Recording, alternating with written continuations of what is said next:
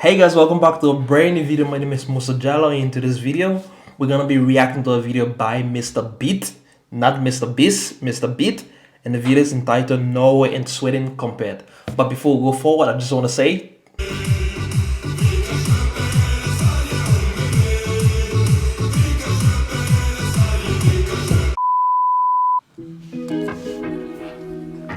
Norway and Sweden, or officially, the Kingdom of Norway and the Kingdom of Sweden, two magnificent bordering countries in Northern Europe. Both are Nordic countries, heck, both are in Scandinavia. Wait, what's the difference between Nordic and Scandinavian? Well, these parts of the world are all considered Nordic, while just these countries are considered part of Scandinavia. Although you could also just say, quote, Scandinavia is made up of the countries located on the Scandinavian peninsula. Well, would you look at that? Norway and Sweden make up the vast majority of the Scandinavian peninsula. Huh. Anyway, yes, both Sweden and Norway have a long shared history with strong cultural linguistic ties. Both are separated by a 1,630 kilometer border that meets up in the north, believe it or not, with Finland's border at a point called the three-country cairn. No, not Karen.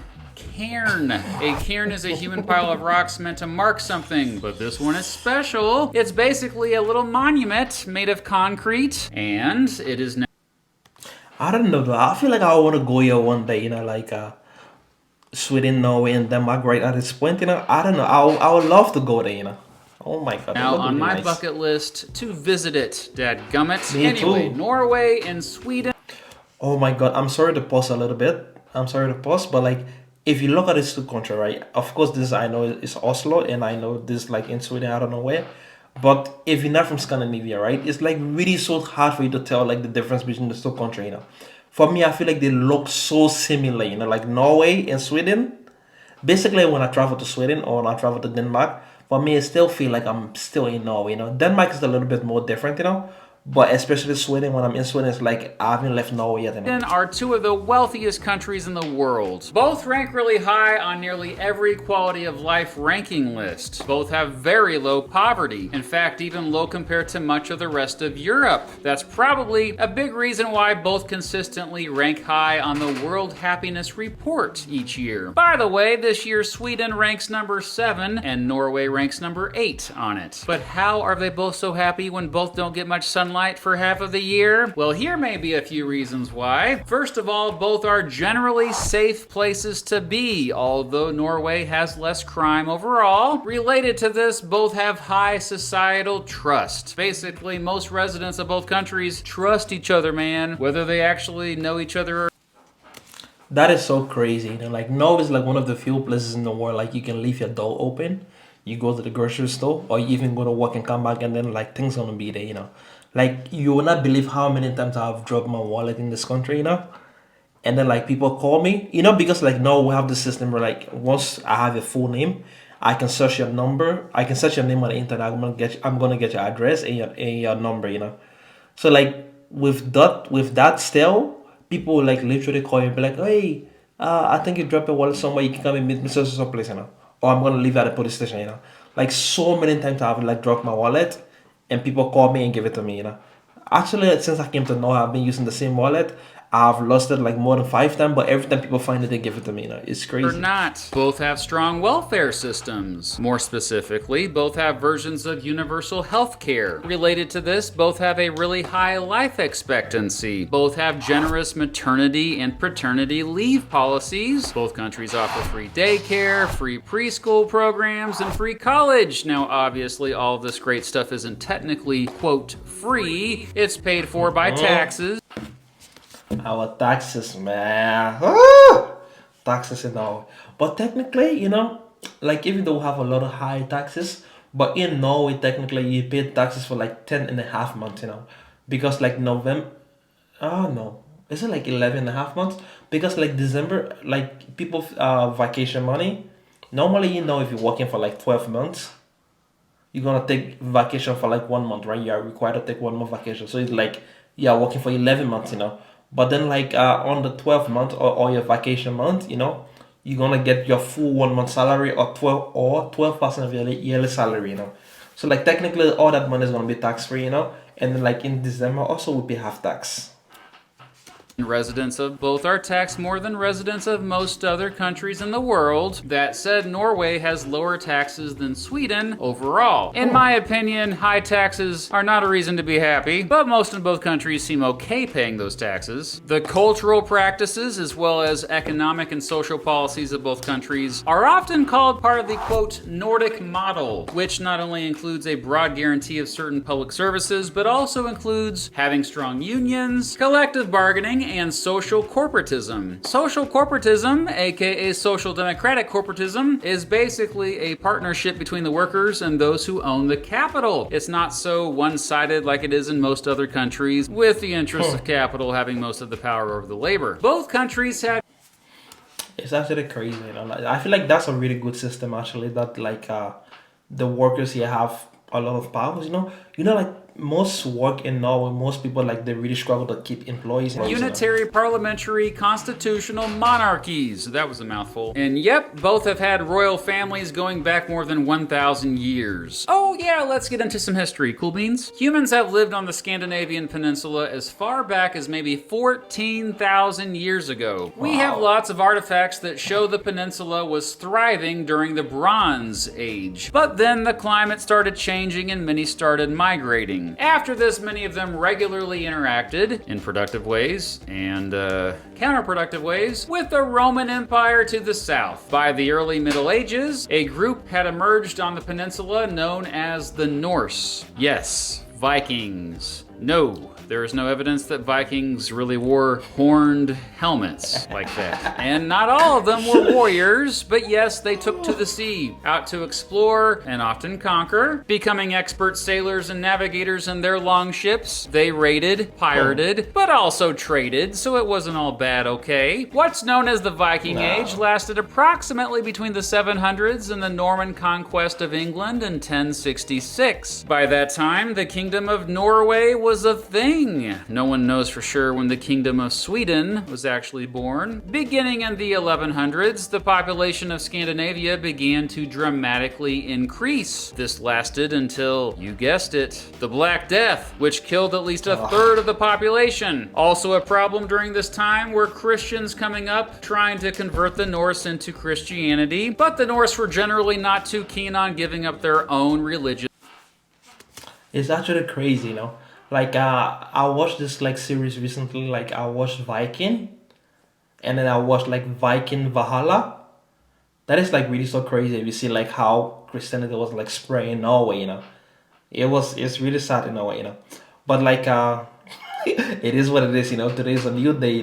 But like I always wonder if today there are still people like practicing like the old Norwegian or the old Viking religions. Just traditions. A bunch of those unique Stav churches were built during this time. Most of the few that remain today are in Norway. In 1397, Sweden and Norway joined forces as part of the Kalmar Union. The two kingdoms shared a monarch, along with the Kingdom of Denmark, off and on until 1523. Sweden broke away that year under the leadership of Gustav Vasa, who helped bring the Protestant Reformation to Sweden, breaking away from Roman Catholic rule and nationalizing their holdings. Today, he's often considered the father of modern Sweden. Meanwhile, Norway stayed with Denmark. During the 30 Years' War, Norway and Sweden found themselves fighting each other. Sweden played a significant role in that bloody war, famously under the leadership of Gustavus Adolphus. The Swedes basically saved the Protestant cause and weakened the Habsburg Catholic coalition. And there were also multiple direct wars between Denmark, Norway, and Sweden throughout the 1600s. It's crazy like how they fought like so much back in the past, but now today I feel like they're like best friends. Like, oh my god, it's like crazy how many wars like was fought between these countries. Last wars ended by 1660, and after some treaties, we got much of the modern borders of Norway and Sweden. For the rest of the 1600s and into the 1700s, Sweden was a great European power. This is when they began to establish colonies around the world. That said, it had mostly an agricultural economy and ultimately lacked the resources to stay a world power for too long. Sweden and Norway Norway once again found themselves at war with each other in the Great Northern War, which lasted from 1700 to 1721. This war actually ended with the defeat of Sweden, and Sweden quickly lost its world power status as well as some of its territory after this. But at least this marked their sweet age of liberty, a time of increased civil rights and democracy and stuff. Jump ahead to the Napoleonic Wars, which also shook up things quite a bit in Scandinavia. As a result of those wars, Sweden lost more land to Russia, and Norway was forced into a union with Sweden. Norway and Sweden together again. They shared a monarch for the next 91 years. Throughout the rest of the 1800s, tough times led to hundreds of thousands of both Norwegians and Swedes moving to settle in the Midwestern United States, and you still see that legacy today, believe me. Still, by the early 1900s, both Sweden and Norway had begun modernizing. Well, especially Sweden. Both countries stayed mostly neutral in both World War I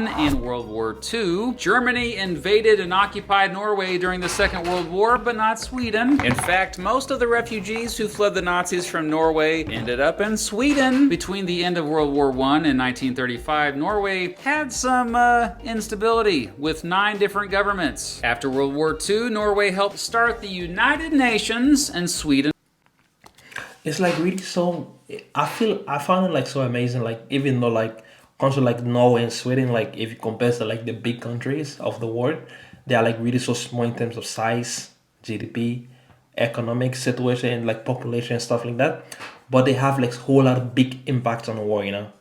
Impressive. Was one of the earliest countries to join. During the Cold War, Norway joined NATO, Sweden did not. But after Russia's recent invasion of Ukraine, it's looking like Sweden will in fact be joining NATO soon. In recent years, oil and good investments have helped Norway's economy zoom right past Sweden's. Today, both are 2 of the most democratic countries in the world. In fact, according to the Economist Intelligence Unit, Norway ranks number 1 on the Democracy Index, and Sweden ranks number 4. Most of both countries are sparsely populated. Most of the population of both live either in the southern portions or along the coasts. People live even way up here, yo. The biggest cities in both are also the capital cities. Both are growing at about the same rate. Both have areas north of the Arctic Circle, for crying out loud. A third of Norway is actually north of the Arctic Circle. Up here, That is crazy. Like a third of the country. That's like a really big portion of Norway. That is like up north in the they Arctic get the cycle. midnight sun in the summer with daylight nearly at all hours of the day, but they also get the polar night in the winter where it's dark all day. But at least in the winter they have a great chance of seeing the northern lights, which holy crap, look at that. Yeah, that's also on my bucket list to one day see the northern lights. Me too, Both man. have milder climates compared to many other areas at similar latitudes. This is due to the temperate waters of the Gulf Stream. Both have historically not had a worry about major natural disasters as much as most other countries in the world. Due to something called post-glacial rebound, the land in both countries is still rising. Therefore, both are continuously gaining land rising from the sea. The Klarälven River flows through both. Both have tens of thousands of islands. Sweden's largest island is Gotland, right there in the Baltic Sea. Norway's largest island is Spitsbergen, which is part of its archipelago way up here called Svalbard. Around 3,000 folks live up in this unincorporated area that's pretty much near the top of the world. The biggest town there, Longyearbyen, is the world's northernmost settlement with at least a population of 1,000. Located there is the Svalbard Global Seed Vault, which will eventually store billions of seeds in case of,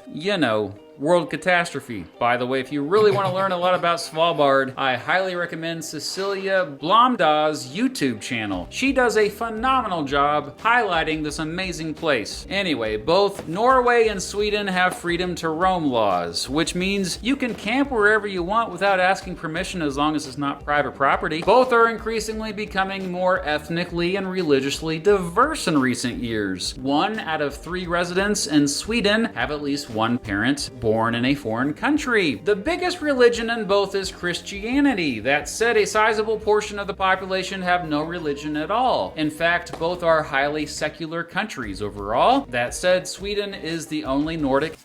Oh my god, I feel like it's basically like the same place, you know. I don't know why they like try to like separate themselves, you know, like Norwegians and Swedes, you know. But I feel like it is so similar, you know. It is like mind-boggling how similar like Norway and Sweden is, you know. Damn, it is actually so similar. It's like seeing this place right now, you know. It might be Sweden, but I have no idea, you know. It could also be Norway, you know. But I think it is Sweden. You know? Country without a state church. Both countries spend a higher percentage of their GDP on education than most of the rest of the world. Both invest a lot in renewable energy. In fact, almost all energy in Norway comes from renewable energy sources, with hydropower making up the bulk of it. In the northern parts of both countries is the Sapmi region, traditionally settled by the Sami people, but now has a more diverse group living there. Sami culture is actually quite a well-known export out of both countries. Residents of both tend to be taller on average than people in most other countries in the world. That is like so true.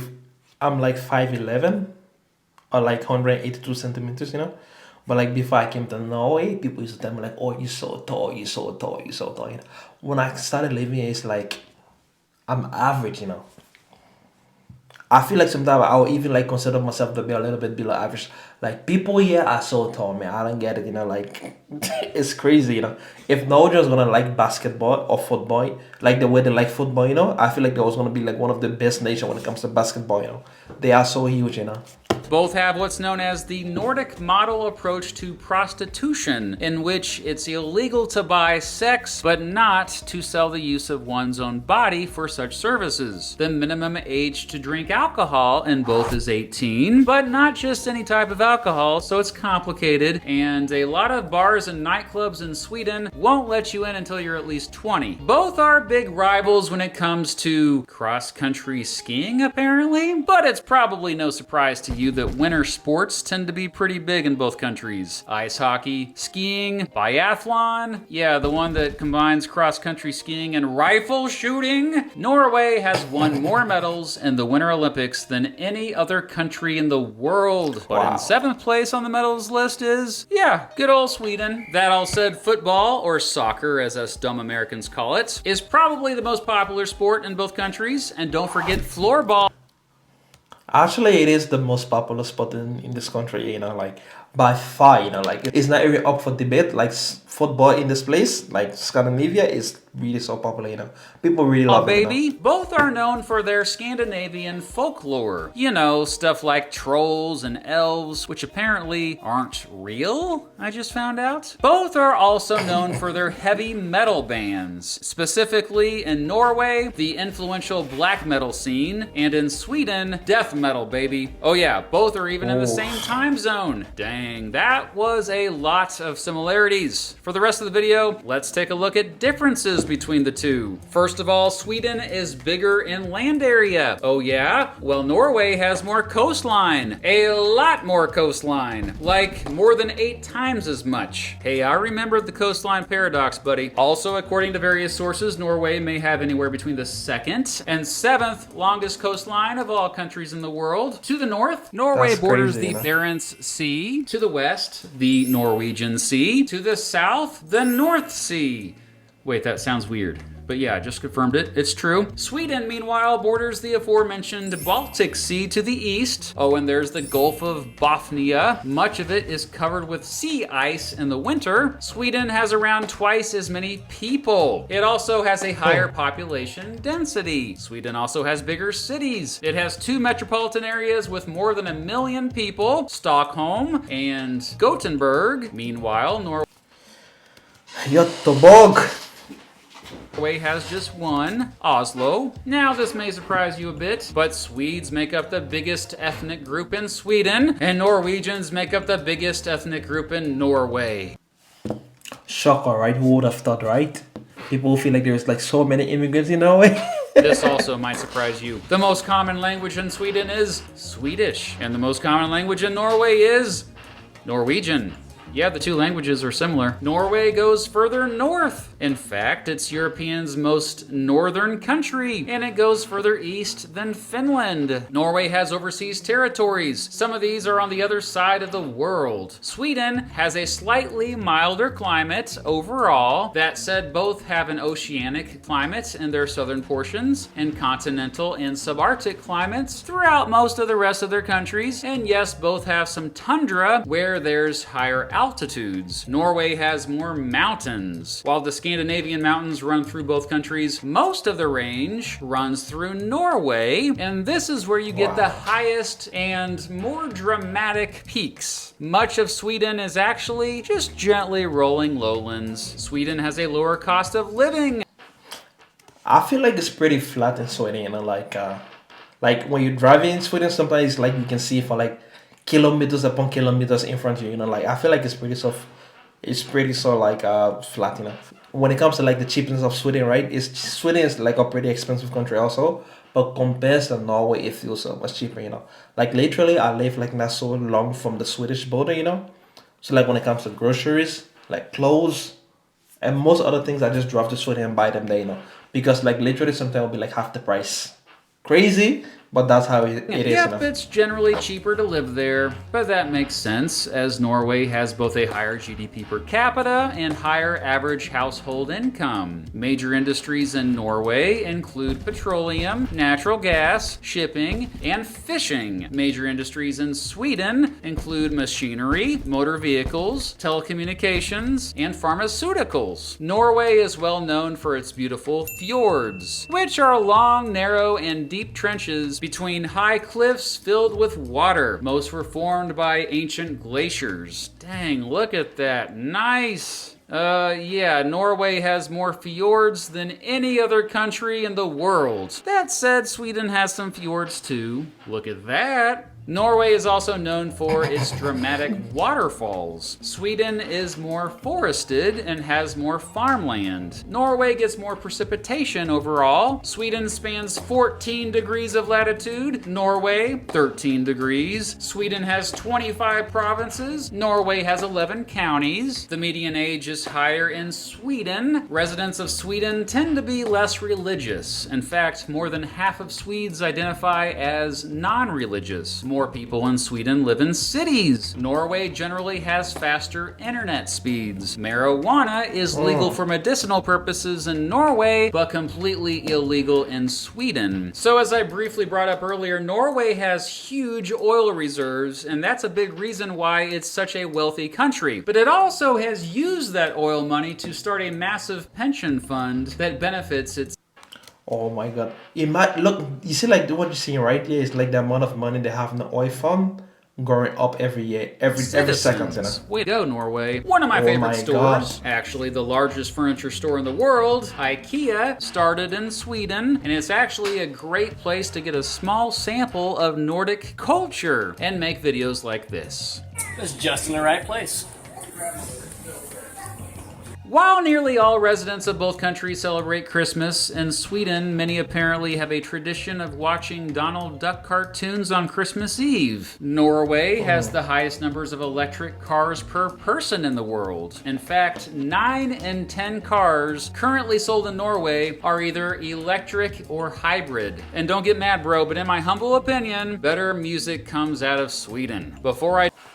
I'm gonna give the Swedish people this one. That's true, like Swedish music internationally that does to it make better, any more of you mad, I better wrap this motion picture up. In conclusion, it's obvious that Norway and Sweden are two of the most beautiful and prosperous countries on the planet. They've also both greatly influenced the rest of the world. That said, maybe not enough? Perhaps the rest of us would benefit more if we paid more attention to them and learned from their success. I guess that's a big reason why I made this video.